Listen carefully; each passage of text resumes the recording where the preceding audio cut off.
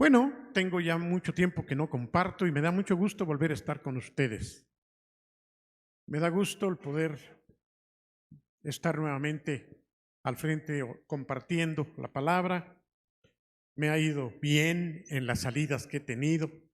Estoy atendiendo, como se los dije antes, la iglesia en Aguascalientes. Estoy platicando con los pastores. Es una bendición. Y ahora me toca estar aquí en México y le agradezco al Señor por la comprensión de ustedes. Gracias por estar orando, por el trabajo que Dios me permita hacer afuera. Gracias por la comprensión, gracias porque apoyan a los pastores que se quedan acá. Gracias a Dios por ello. Y bueno, ya que tenía yo varias semanas de no compartir con ustedes, antier, le pedía yo a Dios que me permitiera recibir de Él. Me paré, le dije, Señor, dame palabra para tu pueblo. Dame, Señor, pon en mi corazón lo que tu pueblo necesita escuchar. Y yo confío que así va a ser. Amén.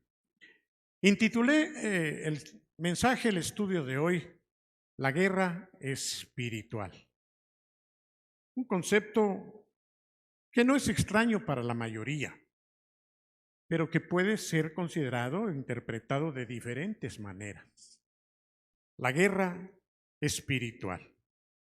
Quisiera yo decir primero lo que no es la guerra espiritual.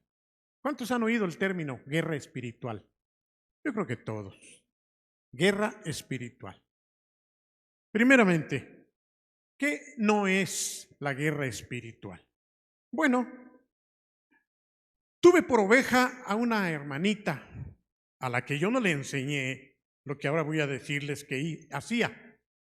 Pero pasado un tiempo me enteré por otras personas, además de que ya tenía muchos años de haberse ido de la congregación, creo que ni siquiera estábamos aquí todavía, hace ya casi 40 años de esto, que esta hermosa hermanita tenía la costumbre de ir manejando y llevaba a su lado una guía roji que demarcaba muy bien las colonias por donde ella pasaba.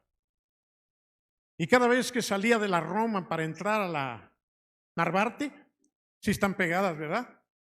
Ella comenzaba a reprender al demonio de la Narvarte y cuando volvía a la Roma reprendía el demonio de la Roma y así se la pasaba reprendiendo cada potestad y cada demonio de cada colonia. De manera que ella no manejaba sin llevar su guía roja y decía, ya entré a otra colonia y aquí está la potestad o el demonio de la Roma, reprendo el espíritu de la Roma. Bien, ¿de dónde aprendió eso ella? Yo no se lo enseñé, no practicábamos eso antes. Practicábamos algunas otras cosas que ahora tengo yo duda y que cada vez que... ¿Mande? No, tampoco lo practicamos ahora, obviamente. Claro. Bueno, ustedes saben, ustedes me han oído estar reprendiendo demonios.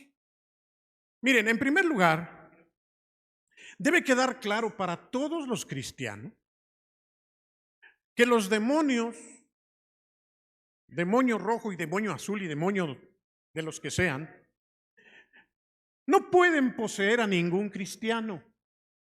Que no les mientan, que no les digan, porque a lo mejor ningún demonio puede tomar posesión de ningún cristiano. No van ustedes a encontrar en la Biblia que haya demonios en los cristianos. ¿Existen los demonios? Sí existen los demonios. ¿Jesús trató con los demonios? Sí. ¿Expulsó demonios? Sí. ¿De quién? De los que no eran creyentes en Jesús. No van a encontrar ninguna expulsión de demonios de parte de Jesús que no fuera en aquellos que no eran creyentes. Así que, por favor, si alguien te enseñó que tú tienes que orar por un hermano y además imponiéndole manos y reprender un espíritu en su vida, estás equivocado. Tú no debes orar por ningún hermano reprendiendo espíritus. Amén. Así que no es reprender espíritus en determinados lugares. Tampoco la guerra espiritual tiene que ver con declarar, proclamar, atar, desatar enviar al abismo. ¿Qué otras cosas se hacen? Reclamar, aplastarlo con el pie. Nada de esas fumadas nos toca hacer nosotros, porque eso no está en la Biblia. Son costumbres, lamentablemente, del pueblo de Dios a veces. Y ahí estamos haciendo guerra espiritual contra los demonios. Esa no es la guerra espiritual de la cual voy a hablarles hoy. Debemos tener cuidado y ser pacientes con quienes tienen esas costumbres, pero evitar caer en esos enredos y en esos errores, porque se contagia de muchos creyentes. Hay muchas iglesias donde se vive de esa manera casi todo el tiempo, pero la Biblia no nos enseña eso. Acuérdense que nosotros somos muy cuidadosos de lo que dice la palabra. No lo que a ti te gusta, no lo que a ti te parece bien, sino lo que la Biblia nos enseña. Eso no es guerrear espiritualmente. Tampoco debemos entender la guerra espiritual con fórmulas diversas y mágicas. Algunos ya tienen sus fórmulas. Me refiero a ciertos dichos como los anteriores y otros, en donde piensan que al hacerlo van a echar fuera a los demonios. No nos ha llamado Dios a tener fórmulas mágicas. Supe, entre las fórmulas mágicas y actos de alguna iglesia, no me tocó verlo, pero me lo dijo uno que estuvo allí, que el pastor llegando les decía: vamos a tomar las espadas de palo que mandé a hacer. Literalmente tenían espadas de palo y toda la congregación tomaba su espada al entrar. Y entonces, una vez que ya se sentaban con sus espadas, el pastor los paraba y les decía: vamos a echar espadazos contra el diablo. Y se paraban y hacían guerra, espadeando contra el diablo, moviendo sus espadas. Otros han pensado que al cantarle a Dios los demonios se van. Tampoco la Biblia habla de eso. Y hay otros que también piensan, sobre todo las panderistas, que tienen sus panderos y alguien les dijo, porque la Biblia sí menciona algo en cuanto a los panderos, que poniéndole listones de colores, cada color significaba un demonio, y que al panderear los demonios eran aplastados. Y entonces en las danzas de algunas iglesias se ponen el grupo de muchachas a danzar con sus panderos con listones de colores, y cada panderazo es hacer guerra contra Satanás. Hermanos, nada de esas costumbres las apoya la palabra de Dios. Ojalá y fuera tan sencillo, porque eso es fácil. Si yo solamente con declarar y proclamar y ya no estoy librado, hermano, yo voy a ser el primero en ponerme a gritar y a sacar mi pandero y a dar panderazos y a sacar mis espadas. Y ojalá y fuera así de fácil. Pero ¿qué creen? La guerra espiritual tiene que ver con algo mucho más profundo y complicado. Y vamos a ver entonces qué es o qué sí es la guerra espiritual. Escribiendo Pablo a los hermanos que estaban en Éfeso, habla precisamente del término o del concepto guerra espiritual. No como tal, pero puede derivarse de lo que Pablo escribe en el capítulo 6 de Efesios. Y vamos a considerar el pasaje completo del versículo 10 al versículo 20. ¿Les parece? Vengamos a Efesios 6, capítulo 6. Versículos 11 o 10 al 20. Efesios 6, del 10 al 20. Dice así la palabra del Señor, que espero tengan en la pantalla, por favor, que ya está. Muy bien. Finalmente, anoten bien, confíen, dice, en el gran poder del Señor para fortalecerse. Protéjanse contra los engaños del diablo, con toda la armadura que les da Dios, porque nuestra lucha no es contra seres humanos, no es contra seres humanos, sino contra gobernantes, y no del PRI ni de la Cuarta Transformación ni el PAN, no, sino contra gobernantes espirituales, contra autoridades espirituales, contra poderes de este mundo oscuro y contra fuerzas espirituales malignas del cielo, no de México. Por esa razón, vístanse con toda la armadura de Dios, armadura espiritual. Así soportarán con firmeza cuando llegue el día del ataque de Satanás y después de haber luchado mucho, puedan ustedes resistir. Fíjense que está hablándonos de una guerra, de una lucha, de una batalla. Aquí está. Y nos habla de pelear y nos habla de resistir. ¿Vamos bien? Bien, continúo. Prepárense poniéndose primero los zapatos para anunciar las buenas noticias de la paz. Pero sobre todo, tomen el escudo de la fe para detener las flechas encendidas del maligno. Utilicen la salvación como casco protector. Tomen la espada del Espíritu, que es la palabra de Dios. Oren. Oren. Oren. Amén. Y pidan siempre que la ayuda del Espíritu que sea con ustedes. Manténganse alertas. No dejen de orar por todo el pueblo santo.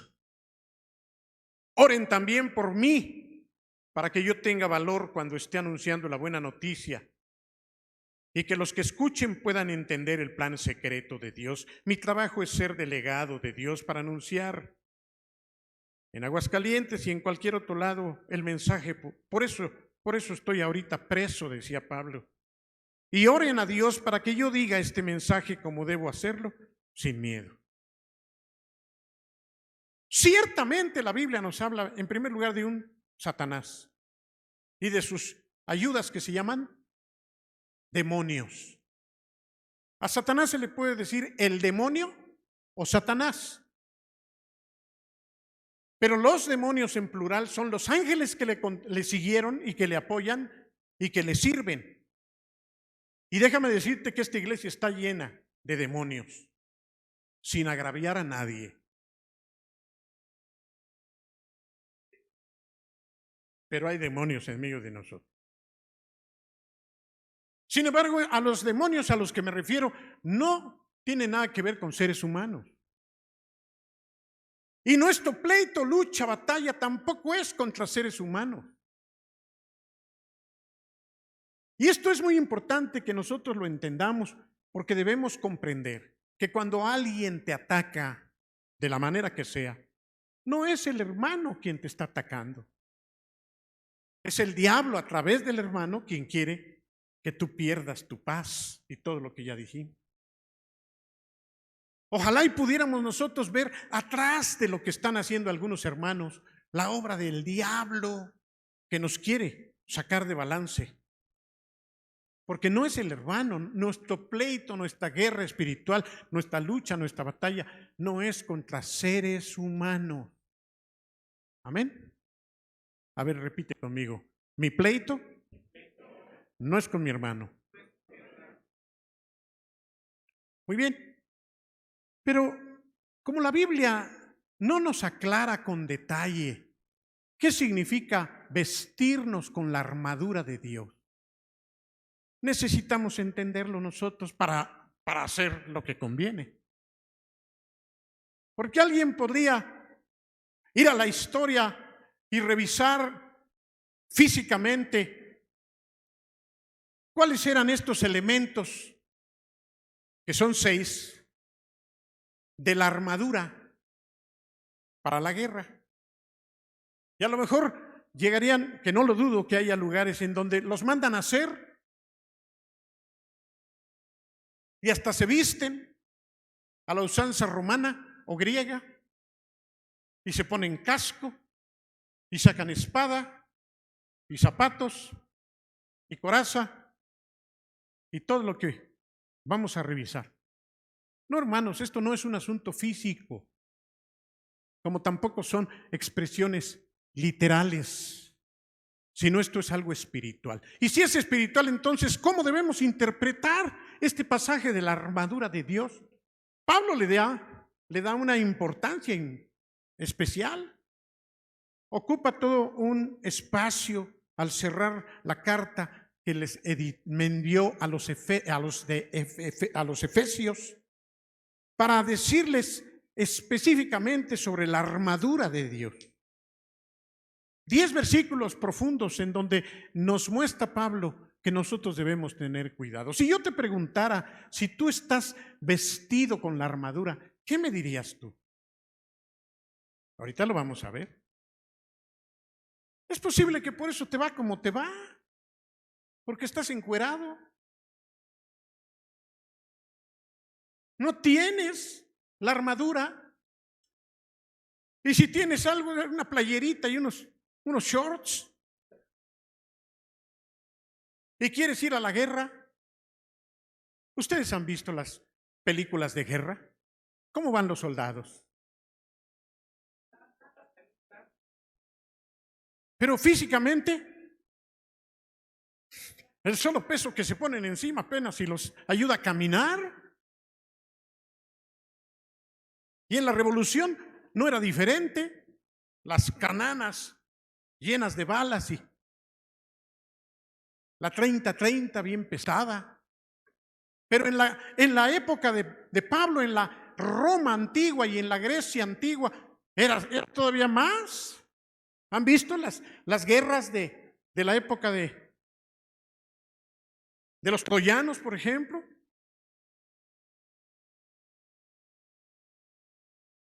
Era algo tremendo.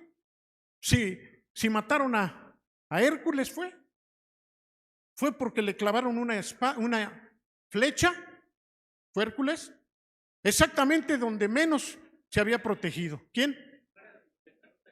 Era Aquiles, es verdad. Qué bueno, por eso te tengo aquí. Allí, exactamente, en su talón, estaba totalmente cubierto, pero casualmente la flecha llegó al talón que estaba encuerado. Y con eso perdió. La Biblia nos habla entonces de una armadura. Y yo no sé si hoy solamente dé la mitad del mensaje. Al cabo tengo mucho de no venir, ahora se aguantan. Pero vamos a poner en práctica los principios doctrinales, manteniéndonos en guardia contra los poderes espirituales de maldad. Amén. Dice el versículo 12, desde el 11, protéjanse contra los engaños del diablo con toda la armadura que les da Dios. Verso 12, nuestra lucha no es contra seres humanos, sino contra gobernantes, contra autoridades, contra poderes de este mundo oscuro y contra fuerzas espirituales malignas del cielo. Hay un debate actual en cuanto a si debemos ir a las marchas y ponernos a gritar y pintarrajear las paredes como lo hicieron las mujeres ahora y gritar sandeces enfrente de Palacio y si se puede quemar la puerta de Palacio Nacional. Y algunos pastores se van con la finta y están apoyando, no precisamente el desmán, pero sí el salir. Yo no iría nunca a una marcha, y menos a gritar. Pero si tú lo quieres hacer, tampoco te lo voy a estorbar, mientras tengas presente que nuestra lucha no es contra sangre y carne, y que tenemos autoridades a quienes respetar. Sí, es posible que tú vayas y como Juan Bautista le digas aún al mismo al mismo gobierno, no estamos de acuerdo en que tú apoyes el homosexualismo, ni estamos de acuerdo en que tú apoyes el aborto, ni estamos de acuerdo en que tú apoyes el cambio en las escuelas para obligar a los niños a hacerse homosexuales. Nosotros no tenemos por qué aceptar eso y tenemos todo el derecho y toda la libertad y quizás hasta toda la obligación de manifestarnos en contra, pero hay que ver cómo. Hay que ver cómo. En el versículo 10, las armas humanas es claramente específico ahí, que no van a ser usadas de ninguna manera. La victoria es ya de Cristo, repítelo. Ya tenemos la victoria. Esa es otra cosa que no debemos olvidar. Jesús ya dijo todo está hecho. Ya somos vencedores. Ya tenemos la victoria de nuestro lado. Jesús murió a favor nuestro y nos ha trasladado de las tinieblas a su luz admirable. Amén. Todo está concluido, todo está hecho, todo está consumado. En los versículos 11 y 13, el apóstol repite, me parece interesante, y dice el 11, protéjanse con toda la armadura. Y luego el 13 vuelve a decir, vístanse con toda la armadura. Porque la armadura son 6 cosas. Tú puedes estar teniendo 2, tal vez 3 o 4, pero te faltan 2.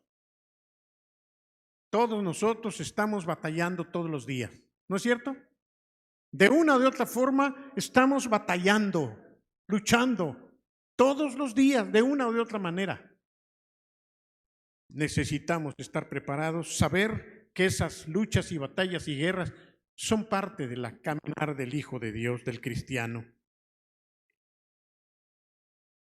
Necesitamos grabarnos bien que hemos de vestirnos con toda la armadura. Existen los ángeles caídos. Existe una victoria ya contra ellos. Sin embargo, aunque están caídos, conservan todo su poder y están bajo el mando del príncipe de este mundo llamado Satanás, cuyos engaños solo pueden contrarrestarse o ser vencidos por un poder mayor. A ver, pastor, ¿cómo está usted diciendo que ya somos vencedores, que ya tenemos la victoria y sin embargo necesitamos estar peleando? ¿Qué tipo entonces de lucha? Si ya Cristo dijo todo está consumado, ¿qué tengo yo que hacer? Pues ya está ganada la victoria. Bueno, vamos a aclararlo bien. Una cosa es luchar para obtener algo, que es lo que nosotros no debemos hacer, y otra cosa es luchar para defender lo que ya es nuestro. A ver si alcanzan a ver la diferencia. Una cosa es ir por un terreno y echar fuera a los que están allí, que yo no se los aconsejo tampoco. Y otra cosa es pararte en tu terreno con tus papeles y no dejar que nadie se meta. ¿Alcanzan a ver la diferencia? La primera es una lucha de ir yo y guerrear. La segunda es de mantenerme en donde debo estar parado. ¿Se acuerdan de Nehemías y de Esdras? A ellos se les dio ya el terreno, se les dio el lugar y estaban construyendo el templo que habían destruido los enemigos anteriormente. Y llegan allí a Jerusalén todo está tirado, pero con las cartas del rey y con todo lo que pudieron juntar, ellos estaban construyendo. Pero vinieron los Sanbalats y los Tobías y los Gesemes a tratar de impedir esa obra, a desanimarlos, a decirles, aun si una zorrita pasa por encima del muro, lo va a tirar porque ustedes están haciendo una construcción muy endeble. Y si no, entonces los llamaban y decían, oiga, vengan porque queremos hacer un pacto con ustedes. De una y de otra manera, los enemigos estaban queriendo obstaculizar la construcción del muro y del templo. Pero Nehemías nunca cayó en su juego y dijo, no vamos a ir, nosotros estamos muy ocupados construyendo. No, pero que vengan, que miren que no vamos a ir. No vamos a dejar de hacer esto por irlos a escuchar. No, es que fulano de tal dijo que ustedes, eso es mentira, les dijo. Ni les creemos ni les vamos a hacer caso, nosotros estamos aquí. Pero no nos dice que ellos salieron, como en otros casos, a pelear. Solamente nos dice que Nehemías les dijo, a ver, tenemos al enemigo amenazándonos y parece que se están armando. Nosotros estamos donde debemos. ¿Qué es lo que tenemos que hacer? Dos cosas. ¿Quién las recuerda? Trabajar, seguir con la cuchara de albañil y con la otra mano tener nuestra espada. Qué ejemplo tan precioso en Nehemías. Tienes que seguir construyendo, tienes que seguir edificando, pero cuídate las espaldas y mantente firme. Protéjanse. No dejen de echar la mezcla, pero no se confíen en estar trabajando y descuidar la espalda. Tengan una espada en la mano y con la otra. Y estaban así, ya me los imagino, echando la mezcla y un ojo al gato y otro al garabato. Firmes en tu lugar, pero chambeando.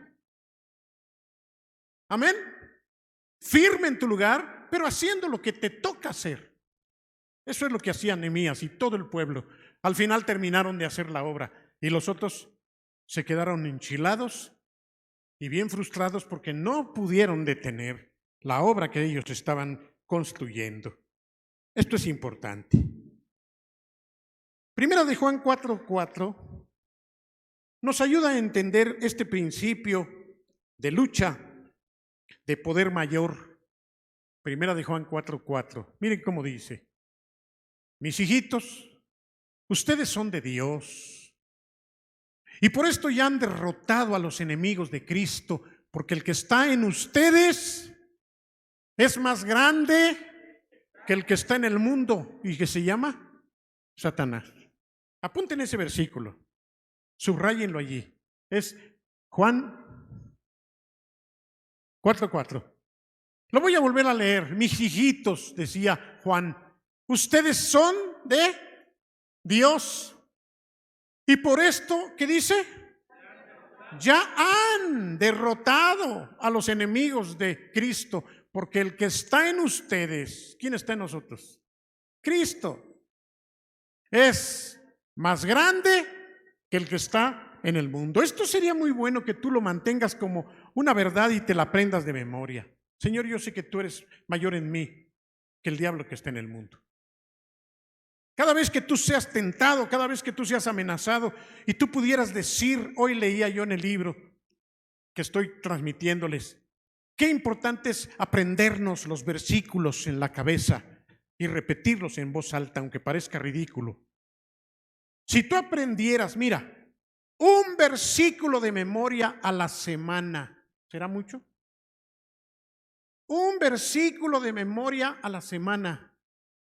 En un año tendrías en tu mente 50 versículos de memoria. Muchos más que lo que muchos cristianos tienen. Un versículo, Alejandra, apréndetelo. Por ejemplo, mayor es, repitan conmigo, el que está en mí que el diablo que está en el mundo. Si hoy se aprenden ese, ya es el versículo de esta semana. Lo voy a volver a decir, lo repiten fuerte.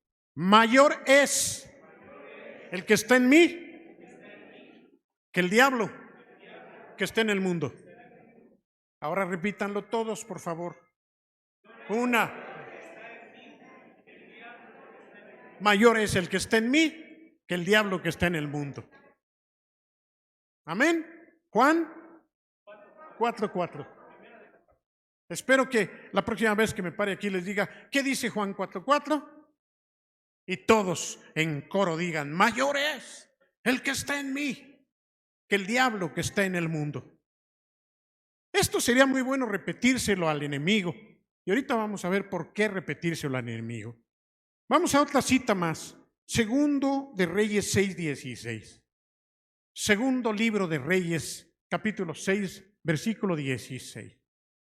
Dice, Eliseo le dijo, repítanlo conmigo, no, fuerte, no tengas miedo.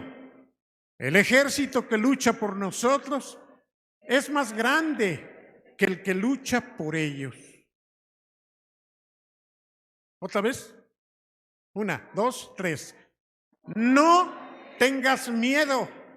El ejército que lucha a favor de nosotros es más grande que el que lucha por ellos.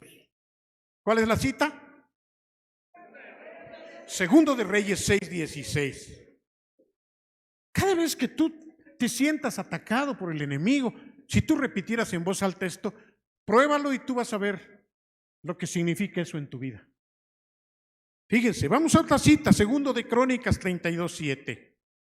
Aleluya. Segundo de Crónicas, sean fuertes, repitando, y llénense de valor. No tengan miedo y no se espanten ante el rey de Asiria y ante el numeroso ejército. Repítanlo. Y ante el numeroso ejército. Amén. Porque hay más con nosotros que con él. ¿Cuántos creen esto? Porque también es cuestión de fe.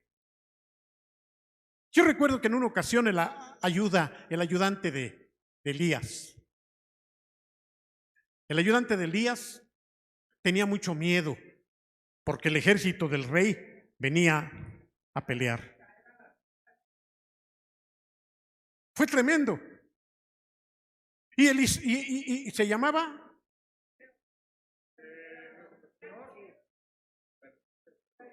así es. Estaba con Eliseo o con Elías. No tengas miedo. ¿Por qué? Porque Giesi se llamaba. Le dijo, mira, es que son un montón de enemigos. ¿Sí? Es la que acabo de leer. Vamos a leerla otra vez. Segundo de Reyes. Son demasiados, nos van a ganar. Y entonces Eliseo le dijo, nuevamente, por favor, no tengas miedo, Giesi. El ejército que lucha a favor de nosotros es más grande que el que lucha por ellos. Pero además Dios, Elías le pidió a Dios, Señor, dale chance a este ciego de poder ver lo que le estoy diciendo. Por un lado veían los ejércitos, imagínate, todo un campamento de enemigos. Y entonces Dios le permitió ver a Giesi, el sirviente del profeta, voltear y ver arriba de las montañas un ejército mucho más numeroso. ¿Ya viste? ¡Ah! Se quedó Giesi. Y todo ese es el ejército que está a favor de nosotros. ¿Tú ves uno aquí muy grande? Voltea para allá, mira. Esto es lo que nosotros deberíamos de hacer cuando nos amenazan, cuando nos atacan. Porque de nuestro lado está un ejército más poderoso. Hay una parte en la Biblia que dice, no temas lo que te pueda hacer el hombre. ¿Por qué? Porque con nosotros está el ejército poderoso y vencedor. Salmo 55, 8. Aleluya. Qué gusto me da la palabra del Señor. Yo creo en ella, hermanos, con todo mi corazón.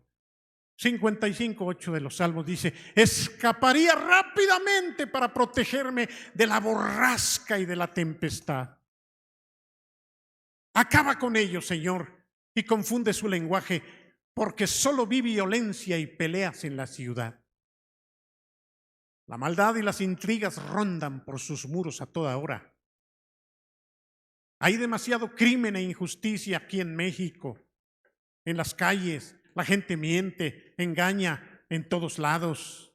¿Se parece algo a México? No es un enemigo el que me insulta. Eso yo lo podría aguantar. No es alguien que me odie, pues me escondería de él. Eres tú, mi igual, mi compañero y mi mejor amigo, quien me traiciona. No unía una gran amistad y compartíamos en el templo de Dios, caminábamos juntos entre la multitud. Que la muerte tome por sorpresa a mis enemigos, que se abra la tierra y se los trague vivos, porque por dentro están llenos de maldad. Pero ahora nosotros no tenemos pleito con seres humanos. Todo va a ser el diablo que está queriendo sacarnos de nuestro lugar. Hace muchos años, y nunca lo olvidé, tuve un sueño de los que se nos quedan grabados. ¿Tienes algún sueño que se te quedó muy grabado? Bueno, yo soñaba en una ocasión, no me acuerdo ya de todo, pero sí de lo principal. Yo tenía que ir a cierto lugar y tenía yo que atravesar un lugar lleno de arbustos, mucha hierba, para llegar a una construcción que se había quedado detenida de viguetas como estas, todas oxidadas, de varios pisos, fíjense.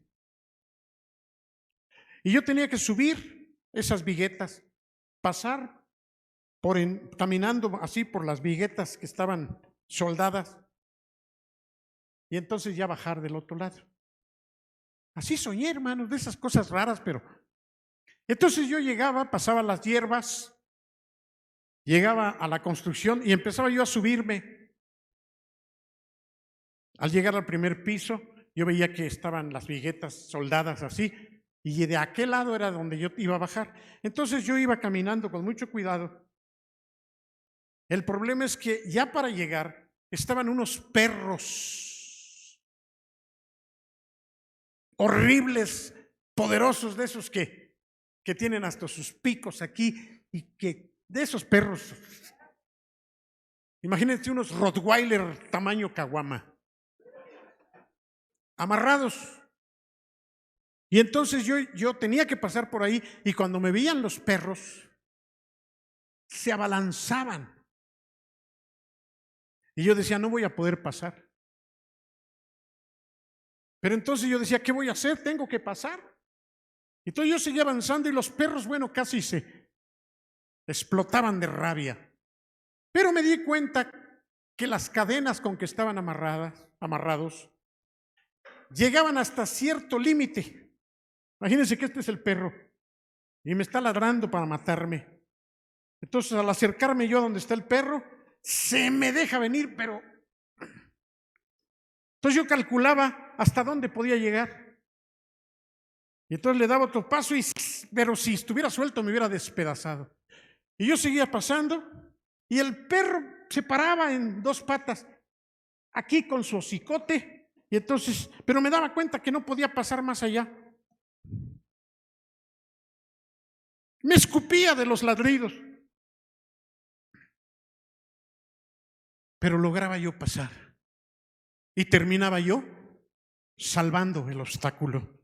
Algo así es lo que, eso no se me olvida, fue un sueño medio. Algo así es lo que a mí me parece que ocurre con el diablo. Parece que de veras ya no tienes escape. Mayor es el que está en mí que el que está amarrado ladrándome. Mayor es el que está en mí. Pero es asunto de fe. Yo en mi sueño pude haberme detenido y decir, no, yo no paso por ahí. No, hombre, se suelta y me mata. O a lo mejor hasta me va a alcanzar. Pero si en ese momento tú recuerdas que mayor es el que está en ti que el diablo que está en el mundo, pues por mucho que te quiera brincar, no va a pasar de ahí. A lo mejor hasta siente su vaho. Ay, mamacita linda. Pero lo libré. Y llegué hasta donde yo tenía que llegar. Más son los que están con nosotros que los que están con ellos, Giesi. Pero mira el ejército, pero mira el otro. Ah, caray, no, pues sí. Amén. Salmo 55, 8. ¿Ya lo leímos? Vamos adelante. Hermano, tenemos nosotros una posición en el campo de la batalla. Esa posición viene de lo que Dios ya hizo por nosotros. Como creas, te sea hecho. Es que yo no creo que, es que yo sí creo que. Y Dios como que está esperando, ¿qué crees tú? ¿Qué quieres creer tú? Dios espera que tú creas y que hagas tuya la victoria que a Él le costó su sangre y su vida. Él quiere que tú digas, yo creo en eso. No, pero que mira que no. Podrá ser cierto, pero es más grande mi Dios conmigo. Yo creo en esto.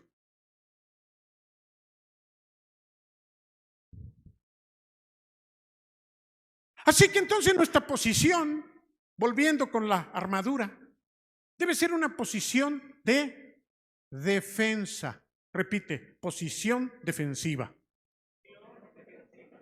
¿Entiendes la diferencia entre una posición defensiva y una posición ofensiva? ¿Cuál es, chava, la posición ofensiva? Tú vas. ¿Y la posición defensiva, Gerardo? Yo me mantengo aquí. No tengo por qué ir. ¿Ven la diferencia? En ambas hay armadura completa. Hay vestimenta para la guerra, en ambas. Nada más que la primera, que es ofensiva, yo voy. Y ese es el error de muchos.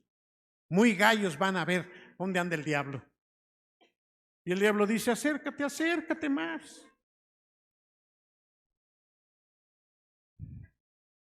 En la otra, la opuesta totalmente, ¿cuál sería? No, la opuesta completamente. La opuesta a la primera, ¿cuál sería? ¿No?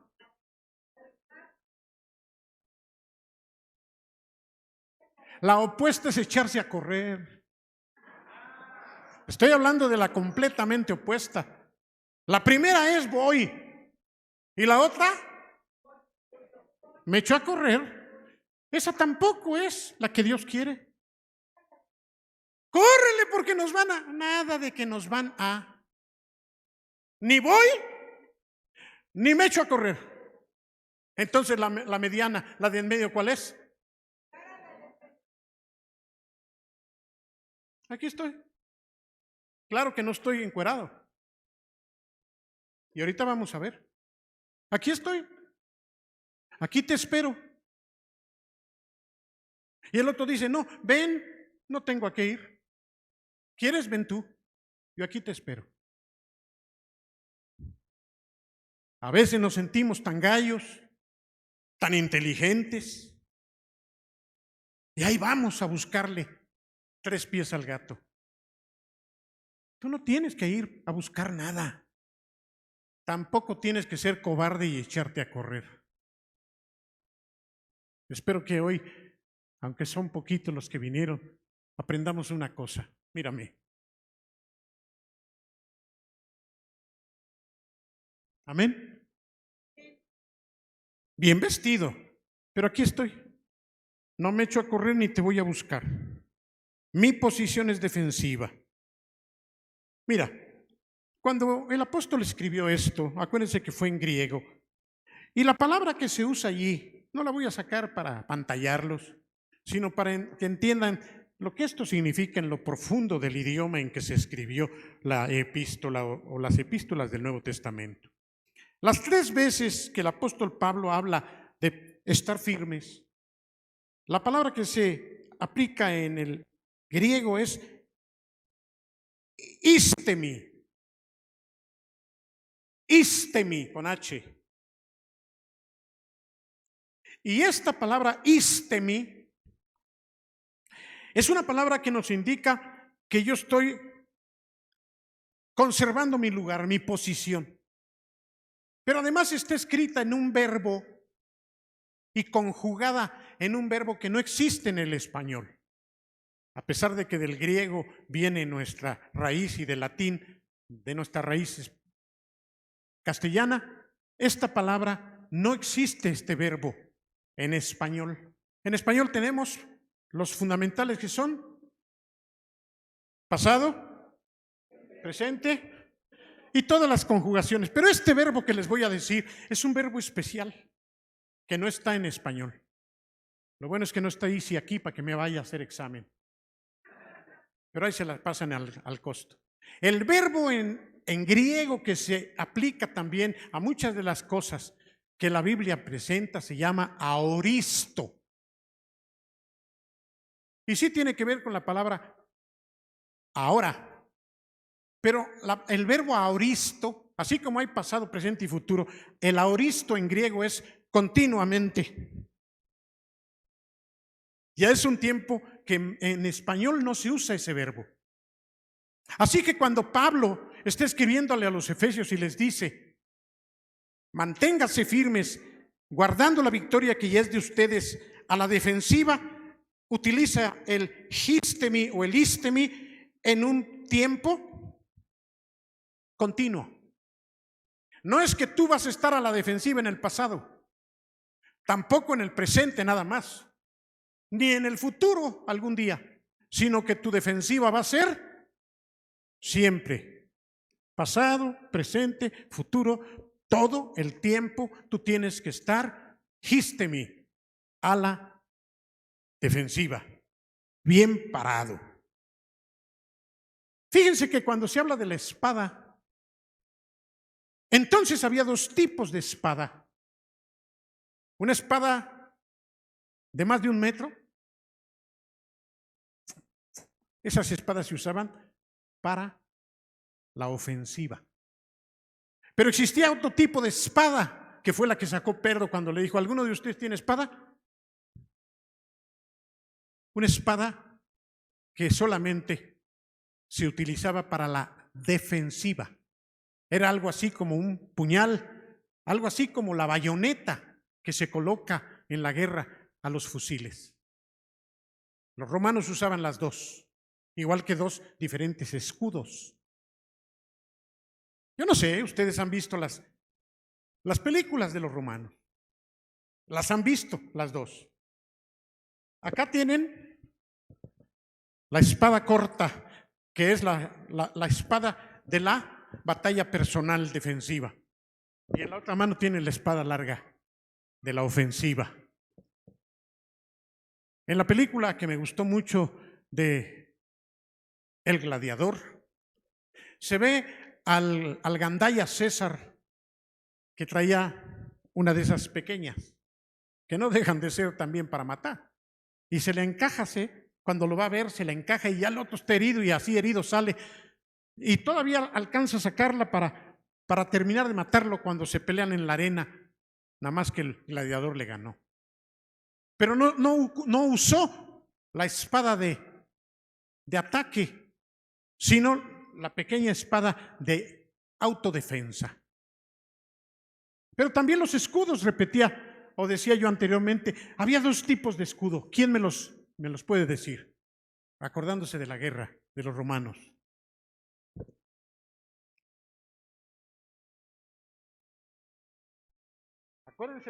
Acuérdense de las películas. ¿Cómo eran los escudos?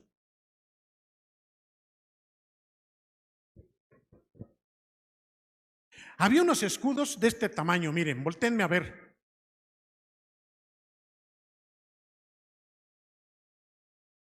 ¿Para qué eran esos escudos? Para defenderse, eran del tamaño casi de una puerta. Y cuando podían venir las flechas, ¿se acuerdan? En la época de la otra película bonita, más bonita todavía, que me gustó. Tú que ves todas las películas, Chucho, ¿cuál es? Corazón Salvaje, ¿se llama? No, esa es una telenovela, ya te traicionó, ¿verdad? Miren, ahí está la que ve telenovela. Corazón Salvaje, yo me acuerdo que era el título de una de mis novelas preferidas. Era Corazón Valiente, ¿no? Qué salvaje ni qué. Ahí está. Cayó en la trampa. Corazón Salvaje, con Lucía Méndez, ¿no? ¿Con quién? No, este es Corazón Valiente con Mel Gibson. ¿Ya se acordaron? Y lanzaban las flechas, y algunas hasta con fuego. Era entonces cuando usaban los escudos para defenderse. ¡Fum! Nomás los ponían en el suelo, los rebasaban y todas las flechas caían en los escudos. Pero cuando ya se trataba de ir cuerpo a cuerpo, ¡pum, pum! Con los mismos escudos les pegaban, se tapaban los espadazos y sacaban su espada corta. Había dos tipos de escudo. El escudo que el Señor está hablando a través de Pablo aquí es el escudo grandote de defensa. Es interesante ver eso, fíjense.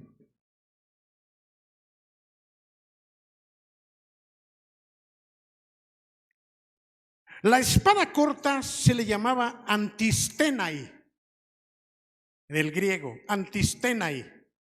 No espada larga, sino una especie de daga, de cuchillo pequeño, para combatir cuerpo a cuerpo. Ya dije, como una bayoneta que se pone en los fusiles de los... Ahora, por favor, debe quedar claro, y ya se terminó el tiempo, así que me van a aguantar para la próxima. Debe quedar claro que el enemigo, repítelo conmigo, ya está derrotado. Ya está derrotado. Por favor, hermano, llévate eso hoy. La victoria ya es nuestra. Todo está consumado. Y con este ejemplo voy a concluir, porque es un ejemplo que leí ya 2 veces en los libros que estoy compartiéndoles y que mi padre en lo personal lo experimentó. Para todos los que fuman, no quiero que levanten la mano, pero hasta acá me llegó el aroma. A todos los que fuman todavía y no han podido dejar el cigarrito, y vengo de este lado, no, mejor no. Westmany y también el hermano, que no recuerdo ahorita su nombre del libro, Tentado no cedas. Si alguien lo recuerda, Caro.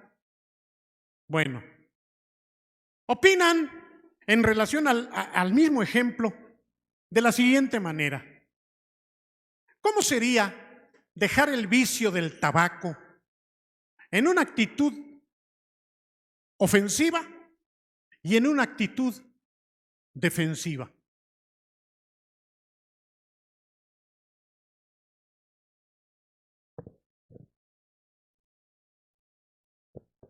¿Se les ocurre?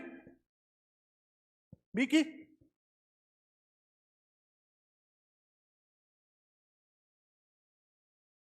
¿Cuál sería la defensiva? La oración. ¿Y cuál sería la ofensiva en cuanto al vicio del tabaco? Dilo fuerte, Chucho. La actitud ofensiva es, hoy prometo, como lo hizo mi papá muchas veces, nos sentaba a todos los hijos, éramos 5 y a mamá, vengan, vengan. Ya después ya nomás me reía yo y le faltaba yo al respeto porque me burlaba de mi papá. Miren, y prendía su cigarro. Yo nunca fumé, pero sí me enseñó bien. Vean mi mano, vean mis deditos, miren.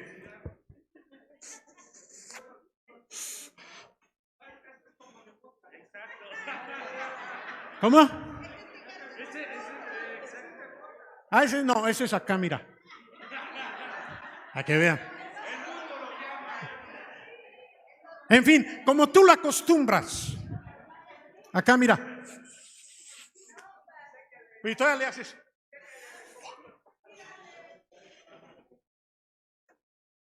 Ok.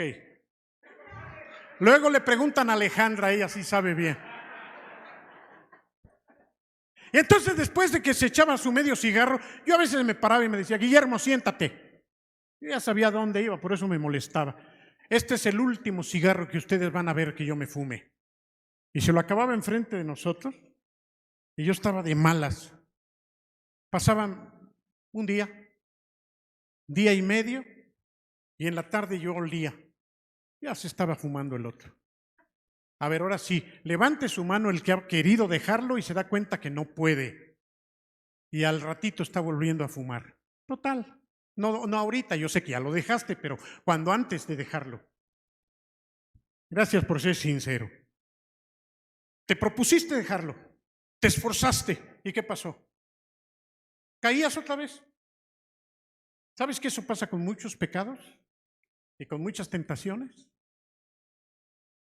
Bueno, y el esfuerzo que tú hacías, todo lo que se te ocurría, comprar menos cigarros, comer golosinas, ya me la sé. No funcionaba. Esa es la batalla de ofensiva. Ahí estás tú echándole ganas y entonces, ¿cuál sería la defensiva, chava? Dejar que Dios sobre en mí, orar, ¿qué más? Primero decir, Señor, yo ni quiero dejarlo, ni he podido dejarlo. Y quizá alguien agregue, y además voy a seguir fumando. No con gusto, pero entendiendo que yo no puedo. Te lo doy de consejo. Probablemente a partir de aquí tú seas victorioso en eso. Weisman, presentando esto con un hermano que le confió su pecado, le dijo, hermano, me da pena que los hermanos me vayan a oler a tabaco, me da pena que los hermanos se den cuenta, porque yo cuando fumo, y vaya que los que fuman se dan sus mañas para no oler, para que no los vean, pero están ahí bien metidos.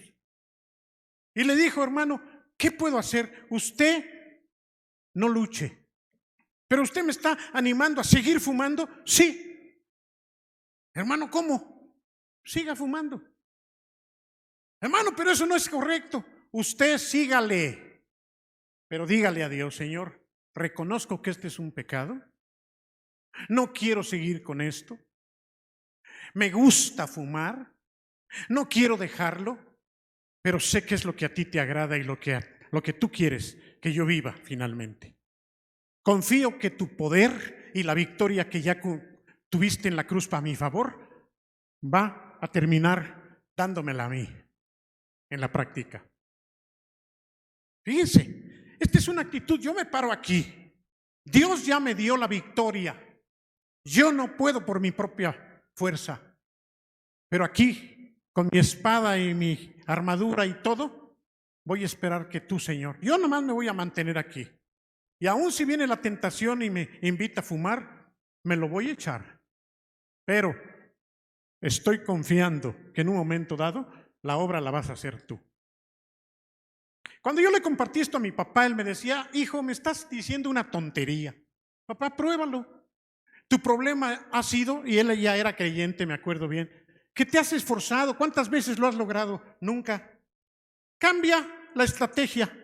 Dile a Dios que tú no puedes y dile que tú no vas a esforzarte en tus fuerzas. ¿Y luego qué? Espera.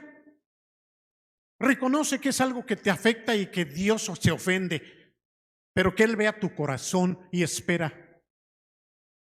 Me hizo caso sin entender el mecanismo preciso. Y entonces un día me llamó muy emocionado y me dice: hijo, ¿qué crees? Tengo 3 días de no fumar. ¿Qué has hecho, papá? Pues lo que tú me dijiste. Cada vez que yo tenía ganas sacaba mi cigarro y me lo fumaba, pero yo oraba siempre que me fumaba y le decía: Señor, un día tú vas a hacer la obra, no sé cómo. Y de repente, antier, saco un cigarro, lo prendo. Están echados a perder, dije. Saqué otro, lo prendo, me sabían amargos, hijo. Y entonces le dije a tu mamá: chata, dame uno de los tuyos, porque mis padres eran campeones los dos. Yo me eché el humo de sus cigarros durante 20 años. Y mi mamá le dio uno de su cajetilla. Lo prende mi papá muy confiado, pensando en que su cajetilla estaba echada a perder. Prende uno de la cajetilla de mi mamá. Oye, ¿qué me pasa? Me saben horribles. Si quieres voy por otros cigarros. No, no vayas ya. Y desde hace 3 días que ya no fumo. ¿Y qué crees? Lejos de que me pasaba antes, que ya estaba yo que me moría, ya no tengo tantas ganas. Y van 3 días y no he fumado. Le digo: si tú entiendes el principio que es Dios y has sido sincero en decirle que ya no quieres caminar por allí, Él va a terminar la obra. A partir de ese día, nunca más mi papá volvió a fumar. Él empezó a fumar a los 13 años y tenía casi 80, más de 60 años fumando. Pero el día que él rindió su esfuerzo personal y su voluntad a Dios, ese día el Señor dijo: ahora yo me meto. Aplica esto para cualquier pecado, hermano. Nuestra defensa es lo que importa. Nuestra guerra no es ofensiva, sino es: aquí te espero, Satanás. No me vas a mover. Y la victoria ya es nuestra. Solamente la voy a tomar y me voy a mantener firme en lo que a mí me toca. Padre, gracias. Gracias, Señor. Concédenos entender este principio, porque la victoria ya es tuya y es nuestra por cuanto hemos creído en ti. Danos el poder ponerla en práctica en tantas cosas que el diablo viene a atacarnos, que entendamos que no tenemos que ir a buscarlo, sino esperarlo y mantenernos en lo que ya es nuestro, Señor. Padre, gracias por esta armadura que vamos a revisar, de los detalles y pasos para estar perfectamente equipados contra las fuerzas del diablo. Gracias, Señor, porque mayor eres tú en nuestras vidas que el diablo que está en el mundo. En el nombre de Jesús. Amén. Que Dios los guarde, hermano. Abrácense, bésense, jóvenes.